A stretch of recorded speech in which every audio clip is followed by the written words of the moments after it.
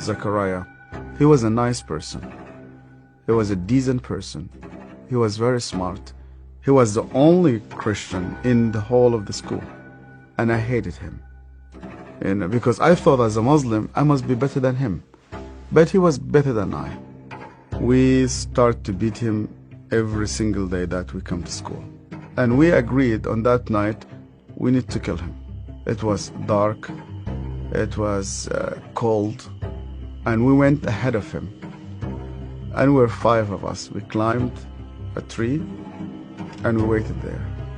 And from far away, we saw that a torch coming. And the light became bigger and bigger as it approaches us. And the minute that he just went under the tree, we jumped at him. He was crying, he was screaming, he was shouting. We broke his arm, we broke his leg. He started to bleed. And because he started to scream and begging for help, I put my hand in his mouth so that no noise will come out of it. Similar when you're slaughtering a sheep, it's just shivering, and the others were beating him. I felt very proud. You were actually doing something for Allah. You want to please Him. And suddenly, he could no longer breathe, and we could not hear his voice. We left him in the wood between life and death. We went back, you wash yourself, and you pray. And Zechariah never came back. I've never seen him again. I was born and raised up in a very, very fanatic Muslim family. When I was a child, my father brought me to a Quran school. I was only 8 years old, and my father just dropped me there. They shaved my head. We sat in a circle. The shaykh sat in the middle of this circle, and he has a very long whip. I was forced to memorize the Quran. Every mistake that you do, this whip will just come right in the middle of your head. You're not allowed to cry, because in our culture they tell you men never cry. I was crying every single night. And they told me, you belong to the Islamic Ummah, and that's why you fight for it, you stay loyal to it. I started to hate people, to hate everybody who's not a Muslim. And I especially used to hate the Jews. So I was preparing myself to go and fight for Allah in the jihad. But every night I went to bed, and when we put the light off, I did not know what will happen with me if I die. My cousin was severely sick, and the doctors, they said he's going to die. They gave him only a couple of days. And one day came 2 people.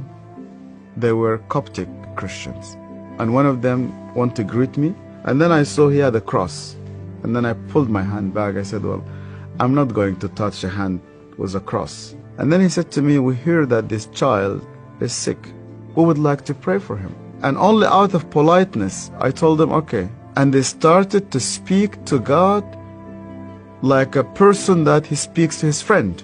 They said, God, please heal this child.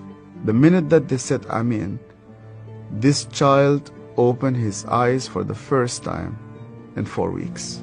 He started to move his hands. He started to speak. He sat down in his bed and he started to walk. And one of those 2 persons who prayed sat down with me, and he said to me, you know what? The real miracle is that God wants to change your heart. Do you believe that Yeshua is alive? And I told him, yeah. Because according to the Islamic tradition, God took him to heaven, and he's alive, and he will come back one day. And he said to me, because he's alive, you can speak to him. That changed my entire life. And when I started to read the scripture, nobody needed to convince me to love the Jewish people. The only way for Muslims to start to love the Jews is when they meet Yeshua. I loved my family, I loved my father, I loved my mother, and I loved my community. And when I decided to follow Yeshua, my grandfather and my father said to me, "You are no longer one of us." They made a funeral. They invited friends and family. They brought a coffin to the cemetery, and they said, "Our son is dead." To be declared dead with no family, I said to God, "Where are you?" I heard this voice, and this voice told me, "You know that the grave where your name is written, you know that grave is empty. And guess what? My grave is also empty." I went to Egypt for the first time after many years, and I was in a pastoral conference. And one of the Sudanese pastors came to me, he's an elderly man, gray hair, started to speak to me, and he asked me, "Where did you come from?" I told him my story. He started to cry.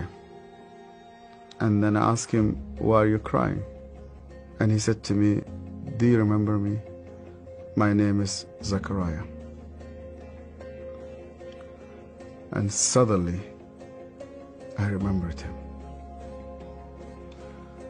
The last time I saw him, it was in that dark night. I could hear suddenly the way that he was screaming, even though that was 25 years. Suddenly I started to see his broken arm and broken legs. I started to see the scars which I caused him. I started to be full of shame. I was a bad person, yeah. I was terrible. So Zechariah looked me straight into the eye again, and he said to me, "Yasser, because you hated me so much, I was always praying for you." He opened his Bible, and the minute he opened his Bible, I saw that my name was written in the first page. I hated him. He prayed for me. On that day, God confronted me. He said to me, "Even before you start to think about me, I was thinking about you.